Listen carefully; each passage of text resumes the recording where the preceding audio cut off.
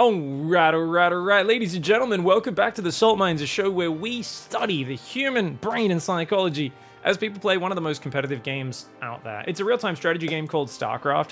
Some call it chess on crack, chess if you actually have to click really fast, your pieces don't move correctly, or generally the game that makes people angrier than just about any other game out there. We're going to be on Hecate. So this is from 5.012, guys. I have got a replay fix program made by the lovely Hyper One, because we had so many good replays for Salt Mines sent to us in 5.012, 5.013. Both of those patches got broken for no good reason by one of Blizzard's updates. No one knows why. That's not meant to happen, but it broke all these old replays. Shout out to Hyper One for letting me rescue these replays from the void. Now, Monkey Spawn's going to be our Protoss player in the bottom left, Bloodmeat in the top right. And what I'm most impressed by so far is the Protoss player Monkey Spawn committed to going across the map at the very start to block the hatchery, and then didn't block the hatchery. To me, this is exciting. And it reminds me a lot, because I'm a little bit absent-minded. I don't know if any of you guys can relate to this. I think a lot of people probably can. In the modern age of phones, have you guys ever gone and got so bored waiting at the bus stop or at the train station and you just daydream so hard, or these days it's stare at the video you're watching or play the game on your phone so hard that you look up and your bus or train is leaving? You were waiting for like half an hour. You got so bored and then you look up as it's leaving. You're like, when did that get here? Did I just wait half an hour, get so bored that and you're so mad? That's essentially that probe. That probe went all the way across the map, hung out for a bit, looked up, went, there's a hatchery here. Looks back at his orders, he's like, block hatchery. He's like, hatchery here? Block hatchery? He's like, goes back, he's like, sorry guys, they must have rushed, it's a 12, I think he went 12 hatchery. He got it down before I possibly could have blocked it. It's like, no, he didn't. It was a late hatchery, you idiot. But hey, good start for Bloodmeat. Bloodmeat's going to do pretty well here. Now, for those who don't know, one of the big things that happens in StarCraft 2 is the game makes you play so fast that a lot of people, their adrenaline pumps up and they basically get put into a heightened state of awareness. So if you think about it, you know how people get G'd up when they're driving cars, right? Because you're operating a piece of heavy machinery and normally it's chill, it's all fine. 9 times out of 10, people are daydreaming, looking at their phones while driving, doing whatever. But then the moment you do almost get in an accident, the moment there is like something that disrupts you and forces you to suddenly react, something unexpected happens, you really get that shot of adrenaline and you just go to 100 real quick. And I think it's the same with StarCraft. Whilst there aren't the same consequences of smashing a car or being in a potentially lethal situation, it's just there's very quick inputs and conditions can change very quickly. And that's what we're going to be looking for, is what are these players going to do to change those conditions? I've always said one of the best ways to play StarCraft is to just get in your opponent's face and annoy them as much as possible. And the more you're annoying them, the more you're in their face, the more of that result you're going to have. These Adept Micro is pretty good. Gets a drone, takes out a bunch of Zerglings. Queens are going to get on top of them finally, but damn, Monkey Spawn gets like, was that 3 drones, guys? Yeah, 3 drones, 4 Zerglings, doesn't lose an Adept. Lovely start. Thankfully for Bloodmeat, the Oracle only started after that, even though the Stargate has been finished for about a minute, I believe. So that's the classic Stargate finishes as you shade in, so you kind of distract yourself from starting the important unit. Monkey Spawn, 3rd Nexus already. Hasn't even walled off the natural. There's Greed, and then there's what Monkey Spawn's doing. Keep in mind, guys, I think this is battery overcharge. Oh, we're on the battery overcharge patch. Ladies and gentlemen, we are on the battery overcharge patch. Okay, cool. So no unlimited energy Oracle, which means Ling's Baneling Nest. I mean, Ling Bane, bit harder to deal with when you don't have unlimited energy Oracle. This is going to be interesting. This is going to be really interesting. So this would be from, I don't know, middle of last year or something like that, I think, guys. Damn, these replays have been sitting around for a while. I hope we get some good juicy rage. If you guys want, by the way, I think this one and maybe, I think the next episode will be the last episode of me clearing out old replays that the people who sought the replays told me, these were really fun, check them out. You know, it sucks that we really wanted you to cast these, we sorted them, but then the replays all got broken. I think next episode will be the one where I cast those, and then we're only going to be casting current patches. But I'm hoping I have enough replays in my email. I hope there's good ones there and fun ones that we can build some interesting stories out of. So I'm going to share those with my lovely volunteers, people like Cosmic, who've put so much time, Jacob, Cosmic, Apple Juice, and a few others who've put a lot of time into volunteering to help sort those replays. I'm going to pass them a bunch more of them, and hopefully we'll be able to bring you a bit more of a frequent Salt Mines cadence, because I really enjoy this show as... Oh my god, there's no Spore! I'm surprised the Oracle's only killed 3 or 4 drones, mate. That could have been way worse. Oracle's going to come into the natural. They go for one more. And the one Oracle dies. The other one, oh my god, he's coming back in. He's not done. Dude, the laser's still on. There's no anti-air. Blood meat. What is this complete and utter lack of anti-air? The Oracle just standing there. Its laser does run it out of energy. And we've got behind it Monkey Spawn. Still not saturated on the minerals on 2 base. Oh, okay, cool. This is actually my favorite. This is about Diamond 3 to Diamond 2, Diamond 3 probably. What's great about this MMR is it looks like the players are doing builds, but then every time they look at their units, they kind of stop macroing. And Monkey Spawn's done so much economic damage, but is still down 5 probes because they haven't been queuing probes before they go in for aggression. And now they're following up what was like a pretty traditional opening with some slight adjustments to what I call donkey mode StarCraft. So basically Monkey Spawn's making Void Rays, second Stargate, and a Forge and more gateways. And you might think, well, why are you going 6 gate Forge plus Void Rays? And the answer is to make random units that most players stop making when they leave Bronze League, but for some reason Monkey Spawn's made it to Diamond League and is still building them. And I'm impressed. Let's see if we can make it work. There's not much that shoots up. It's only 5 queens and 38 zerglings. Void Ray and non-Twilight Council gateway units, not a very normal combo. The Lings should be able to wreck those Adepts. Bloodmeat's not microing the Lings at all, but they aggro onto the Adepts and get us around without even looking at it. Doesn't even look at it. It gets the surround. The Void Rays get pushed back by the Queens. 2 Adepts are in the main. These 2 Adepts here are going to shade away. Looks like these guys are going to eventually go down to the Queen, and the Void Rays do get recalled out. Oracle comes in for a stasis trap. Very fancy control there, and the Lings are going to clean it up. 1-1 upgrades coming in. There's only 46 drones right now for Bloodmeat, though. Bloodmeat terribly supply blocked. And a 4th Nexus goes down. I think Monkey Spawn's way ahead. Monkey Spawn finally remembers the Twilight. So you can kind of go... Like, I remember back in the old days, people used to go like Void Ray, Zealot Archon, and it's not the worst thing. It's just that the Void Rays basically are a unit that is specialized for fighting armored units, and Zerg doesn't have many armored units, so it's kind of this weird thing. Oh my god, he's... Move in! The wall is still wide open! Why aren't we moving in? Ling's getting on the 3rd base right now. Dude, the doors have never been more open than in this game. Monkey Spawn taking a few probe losses, not as many as it could have been. A lot of them got damaged, but didn't actually die. And for some reason, we're warping in Stalkers, which I have to question, because this is clearly not a Stalker style. There's no blink or anything. But Monkey Spawn will hold on, is going to start building probes. So 5 probes queuing up on these 3 Nexus. This one doesn't have a control group just yet. Hydra's coming in for Bloodmeat. Now, Bloodmeat's only on 55 drones, trying to get Hydras. This game's kind of locked in a middle economy war. Honestly, guys, both players are making so many obvious mistakes, and either of them could rage. Right now, I'm playing in my game the who's going to be salty in this game. I have no idea. I mean, it could be, oh, you're just making Void Rays and Protoss things. Or it could be, wow, I did so much damage and I still can't win because Zerg is so imber. To be fair, it's only 10 drones that went down. It's not as many as I thought. Hydra's going to catch the Void Rays. Is it enough to even beat these Void Rays, though? Yeah, looks like it is. Hydra's a lot cheaper than Void Rays. Are we going to get 1, 2? Are we going to get a 3rd? Ling's going to counterattack as well, getting surrounded some Stalkers, getting in the mineral line. Hydra's going to take out 1 more Void Ray, 2 more Void Rays. Monkey Spawn, I think Monkey Spawn just F2A moved at home to defend. I think that was an F2A move to defend at home, guys. Oh my god, there is no reason for those Void Rays to afford. And for some reason, we're going Glaives. Guys, we're going to have Glaives finish 10 minutes into this game. Monkey Spawn is on 80 probes right now, guys. 80 probes. That is a gigantic economy. And we're going to start massing Cannon, Glaive Adept, Dark Templar, Void Ray. Now, what we have here, guys, is a display of a player who is not making any good army.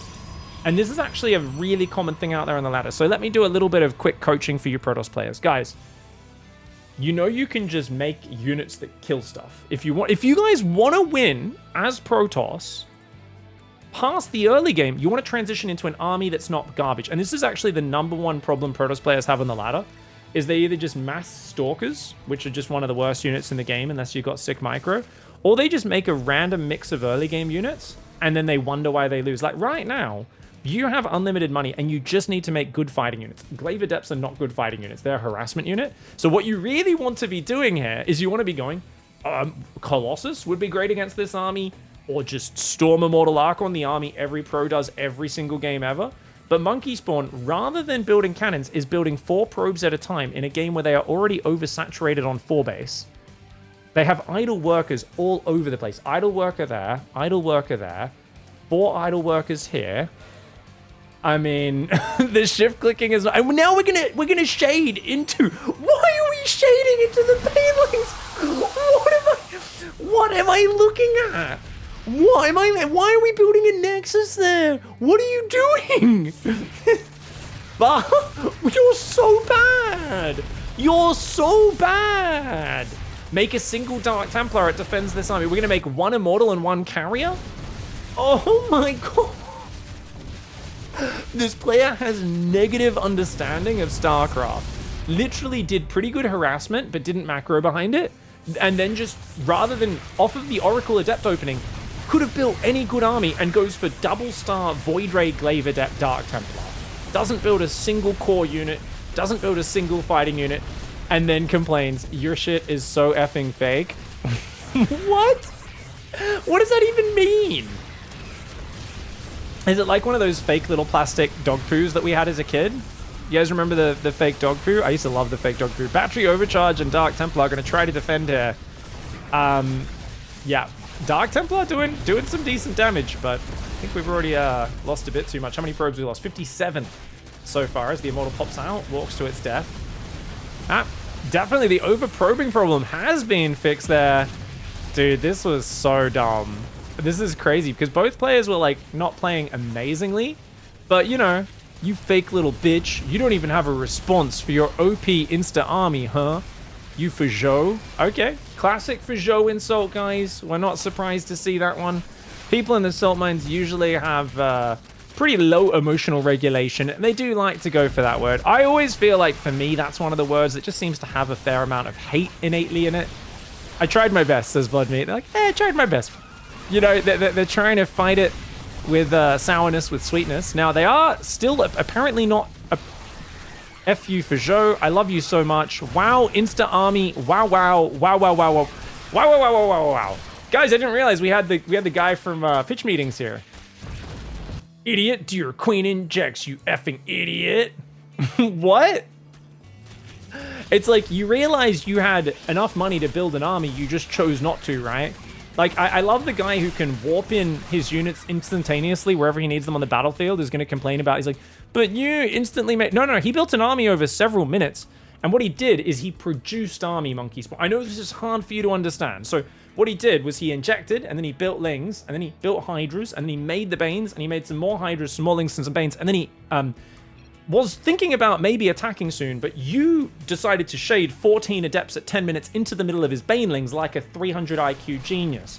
Stupid bitch. Wow, so hard to play Zerg. Do 300 hatcheries and Queen injects. Wow, wow, wow, wow, wow. Wow, wow, wow. I do like to think this is Ryan George's StarCraft account. He just turns into like a really salty Protoss player. You're right, homie, says Bloodmeat. F you neckbeard piece of shit. I mean, it's such a big window of doing everything wrong. Wow, wow. Wow, wow, wow, wow, wow. Wow. Well, that game was super easy, barely an inconvenience. As we go into the next game, we've got Ketrock in the top left side of the map. Playing on a barcode. That's right, I've been told this is Ketrock, guys. If you don't know who Ketrock is, this man is a specimen. And when I mean a specimen, I mean a proper specimen. Ketrock, since basically the beginning of StarCraft 2, at least since Heart of the Swarm. I'm not sure when he first started, but he's been around basically forever. Streaming at, I would say, about a diamond level. The point is, all he's ever done is one thing in StarCraft. You guys know how Printf cannon rushes every game?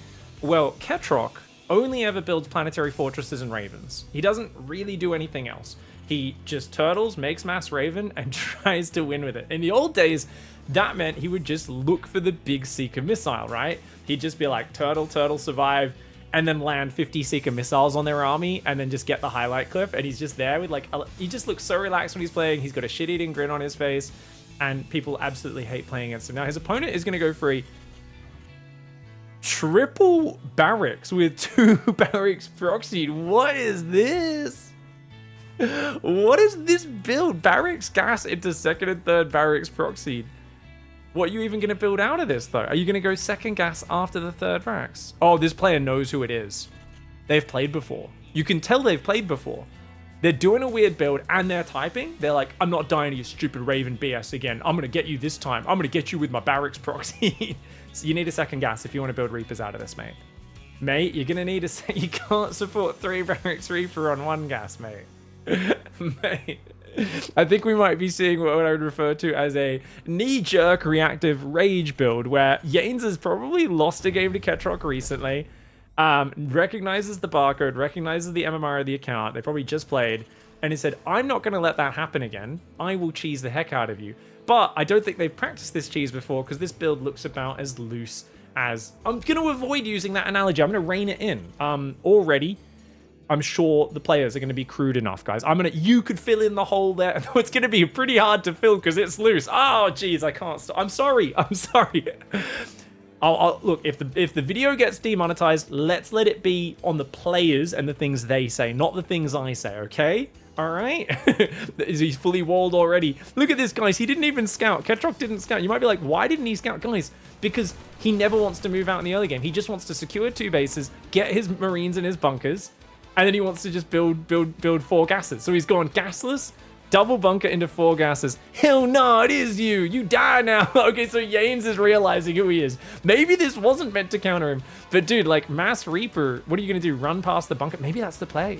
If you just keep massing Reapers, you run past the bunker, you win this game. Unless he can pull SCVs and block the ramp or something. But even then, he's not going to have anything else. Engineering bay is on the way, so he's going to go for a planetary on the natural. Yeah, doesn't... Oh, and the Reapers are going to run past. I think he ran past a bit too early. I love the SCVs attacking the bunker there, guys. That's a little bit like when your little brother tries to fight you. It's cute. You're like, oh, look at him. Look at him go. And then you just friggin', you know... knock his head off his shoulders essentially with one strike. Reaper's getting some very good damage. Oof, that's really painful. Ketrock losing 6 SCVs. I like the eBay. Oh, he's gonna full wall so they can't do it again. Guys, this is not his first rodeo.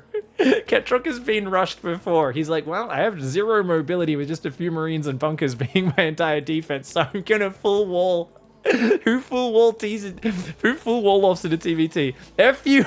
Yeah, they definitely know who he is, guys. Even though they did a lot of damage, they haven't expanded. The way to counter this is you just go 3 or 4 bases right now, and he's stuck on 2 base for a long time. You have a second orbital, whereas he has to go planetary on his natural, and you just look to deny the 3rd and kind of win later on, right? Unfortunately, that's cool-headed, calm, expert pro player and commentator, or former pro player and commentator pig thinking. Now, we're not looking at me playing, and we're not looking at me observing the game with map packs. We're looking at Yanes or Yanes, whatever we want to call this player. And oh no, we canceled the E-base. Oh my god, he's just going to kill the bunker. He's going to try and sell it. Oh, it doesn't get the sell down. Dude, but it doesn't matter because he falls back. This is like one of those World War I assaults where they're like, yeah, we have managed to overwhelm a trench. Yes. And there's like 50 of their dead comrades, but they're like, yes, we took ground. And then they realize like the other guys literally just pull back to the trench that's like 50 meters behind that. And they're like, so what? Like, oh, I thought we made gains.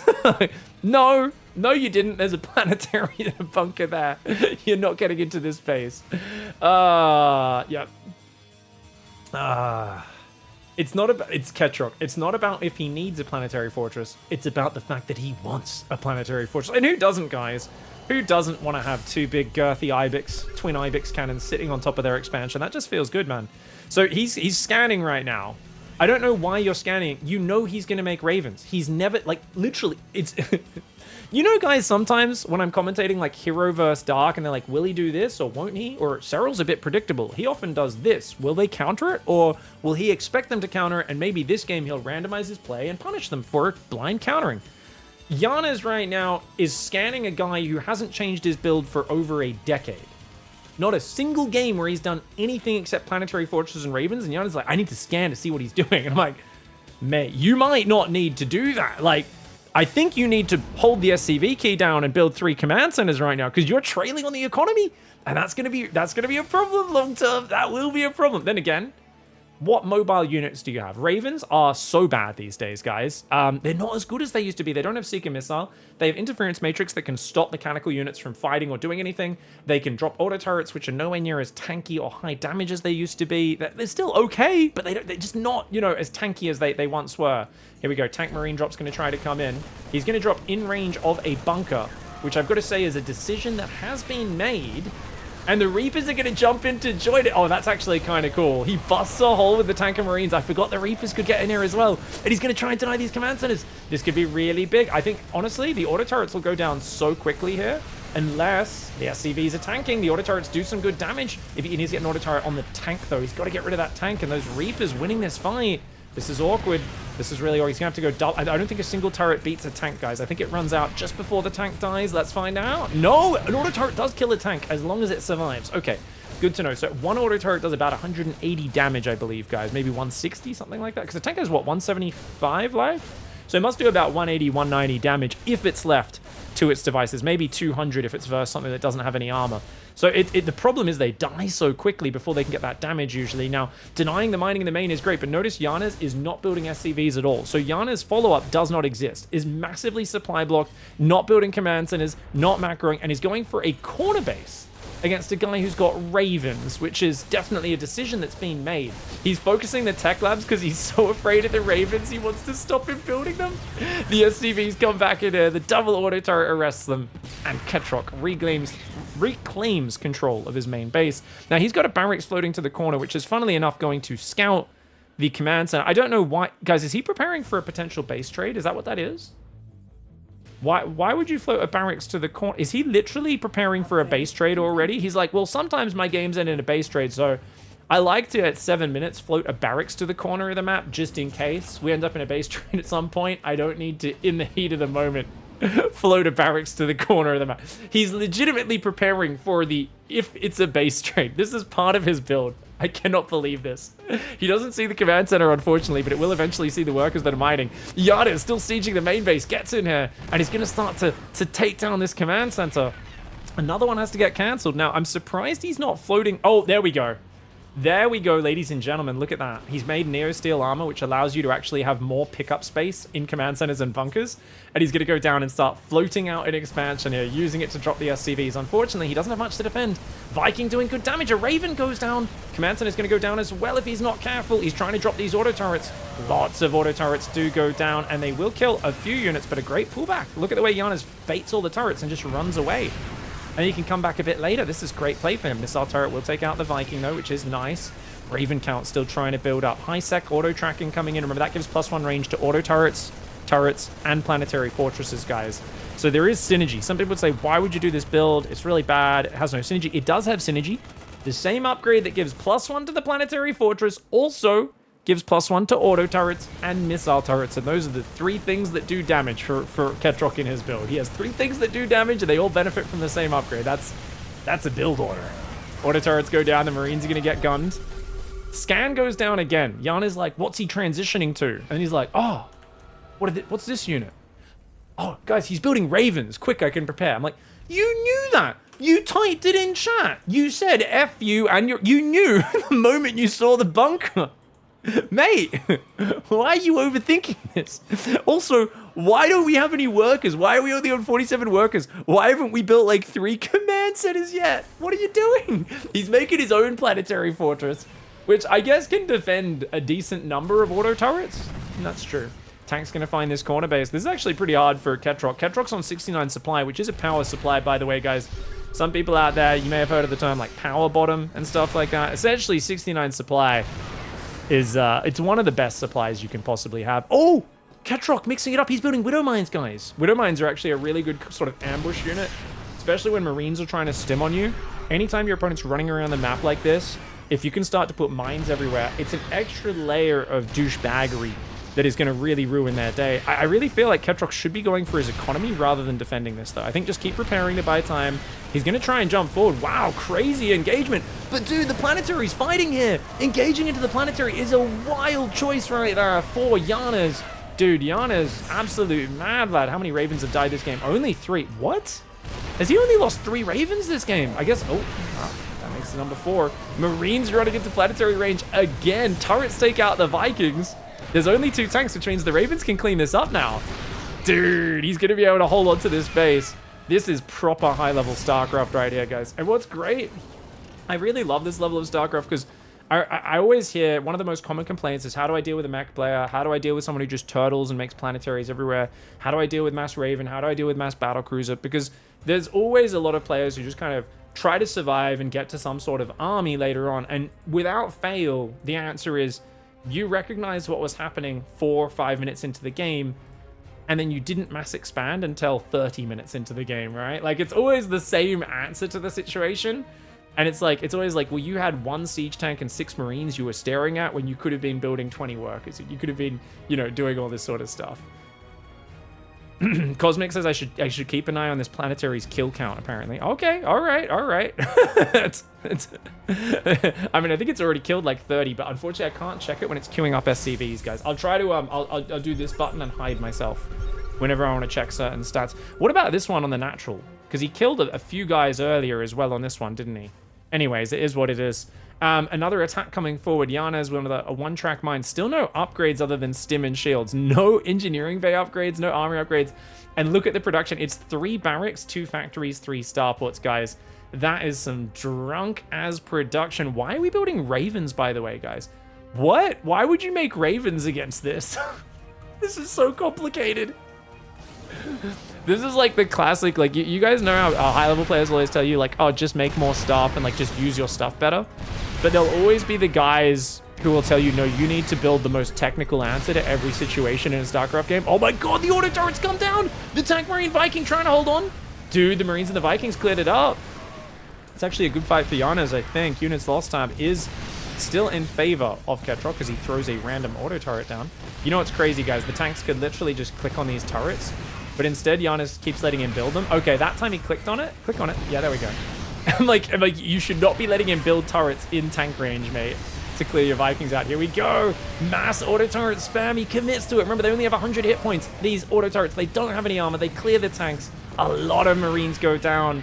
And how many Ravens have fallen? Only 8, which means units lost time 2,000 in favor of Ketrok. And more importantly, he's been so distracted tunnel visioning into this, he's let a base go up there for free. If he put anything here earlier, he could have denied this base, but keeps attacking into the planetary. Oh, man. I feel like denying new bases and then striking towards the production should pretty much always be your goal against this style. But most players will just attack on the front and get kind of dragged into it. Look at this. Thors, Ravens, and Marines. The Marines are getting upgrades. If you can get lots of upgrades, it'll really help because auto turrets don't get attack and armor upgrades. Thors on splash damage mode could do decent damage because Ravens are light units and they tend to clump a lot. And the way the Thor splash works, it does not a big splash, but like a decent little area, and it does double damage to light units. So check it out. We'll show you guys. So this is like, yeah, 6 versus regular, 12 versus light times 4. So it does 48 splash damage, but he's just swapped them all into single fire mode, which I'm going to go out on a limb and say not the right play against light units like Ravens. I mean, don't get me wrong, it gives you more range. You'll have 11 range, which is great. They're still good versus Ravens, but if you have a couple of them in splash damage mode, they could ruin Ketrok. And now Ketrok's willing to play a bit more of a base trade style. He's already got the barracks in the bottom left set up, ready for it. Drops a few auto turrets on the rally. And dude, that economy... Does he focus the command center, or does he just spams it? He just spams the turrets down, gets the entire mineral line. Dude, the entire mineral line, the turret, and the command center are going to be burning at the end of that. Meanwhile, trying to fight fire with fire, Giannis says, well, I'll kill your base. The planetary getting mass repaired. A harem of SCVs all touching up that planetary fortress. It refuses to die. No, no, no. Mate, what are you doing, dude? Remember, Thors have 7 range, but the planetary has high sec auto tracking, so it has the same range as the Thors because of the upgrade. It will eventually beat them, man. Oh my god. The Widow Mine just took out a Raven and hit the Vikings. These Widow Mines are now scattered everywhere as well. Those Widow Mines are going to be so hard to deal with. The Marines with this can clean this up. FU says... I mean, it is a frustrating style to play against. But also, it's like, come on, man. Like, you've literally fallen into his trap. And why do we have double planetary here? Why would you build planetary against someone making Raven? You just want as much... You should just make mass orbital and make, like, as many bases as possible. Because At the end of the day, it doesn't matter if you have 2 planetaries. If he has 50 ravens, he can spam auto turrets on this. Why you won't die? Why you won't die? This is like the ultimate compliment you can get while you're playing. I killed you so many times. I don't think Giannis knows about macro, guys. Like, I kill you so many times. And they keep scanning. Just scanned again, by the way. Just scanned again there. Also letting them expand to new bases. We're at 90 workers against 42. And I think this is the point where we enter the arc of the game where it's basically been Ketrock taking punches, trying to rope-a-dope, trying to duck and weave a little bit. But he's just been getting clipped constantly. And at this point, Giannis is exhausted, breathing heavily, has not got Ketrock out of the ring. And Ketrock is now going to go, oh, you're tired now. Oh, you're tired. All right, time to play with you. Double planetary versus auto turret. Oh my god, I would not choose to attack this if I was Ketrock. I think you need a lot more energy than this. Dude, is he actually going to overwhelm it? This is such a dumb engage for Ketrock, but dude, what is this? What is this? No repair. Where's the repair? Why would you not repair? What the fudge, man? He just lost so many ravens. He throws the single auto turret to try and cover his retreat. He's lost 23 ravens this game. Those auto turrets with 7 range is so weird, man. Dude, he just took out double planetary with it. And now, once again, guys, is he just going to counterattack into the planetary?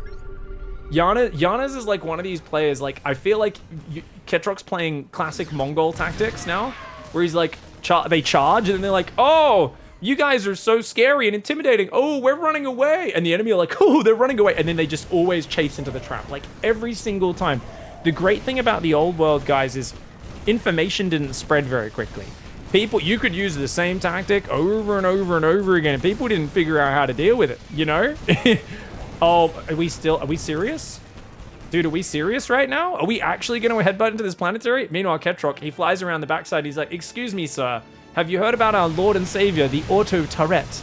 Well, it turns out the only sort of turrets that's going to happen, I think it might activate the Tourette syndrome, to be fair. Simply doesn't make sense.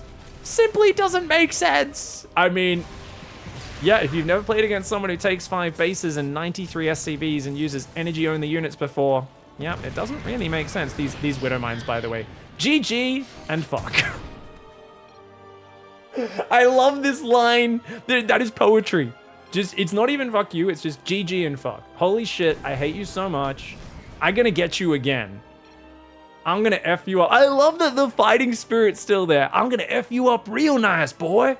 Boy, you think you played with me? I'm just getting warmed up. I'm gonna F you up real nice. Like every other time. Holy shit. I'm gonna get you, boy. It is always this map. This map's fine. You're gonna blame hard lead? Hard lead's a great map. You had about 1,000 opportunities to get in that main. You simply shit doesn't die. This is great. Dude, it feels like you are even effing hacking. You're gonna have to build some workers, Giannis. You're gonna have to build some workers at some point. I'm sorry. I'm sorry, mate. I know it's hard. Where are we scanning? We're scanning air. We're still not checking these bases at all. Like, the situational awareness is definitely not quite there. I also love, like, how mind-gamed they were from the start. They went 3 ranks Reaper, then they went 2 factory, 3 barracks, 3 starport, which is just not a correct set of production. Like, you're meant to either go mech, go just 1 barracks into all factory, starport, don't bother with marine upgrades, or you should at least have 5, you know, barracks and more marine upgrades. And the thing is, if you have a lot of marines, like if you're maxed on marines with 2, 2, 3, 3 at this point, you can stim a move. They cannot drop auto turrets fast enough to deal with the ball of marine firepower, because there's not enough space to drop the auto turrets. But, you know, Giannis is doing the classic thing where when you're losing, you get irrational, right? And you start, oh, I need Thors. Yeah, I need Thors.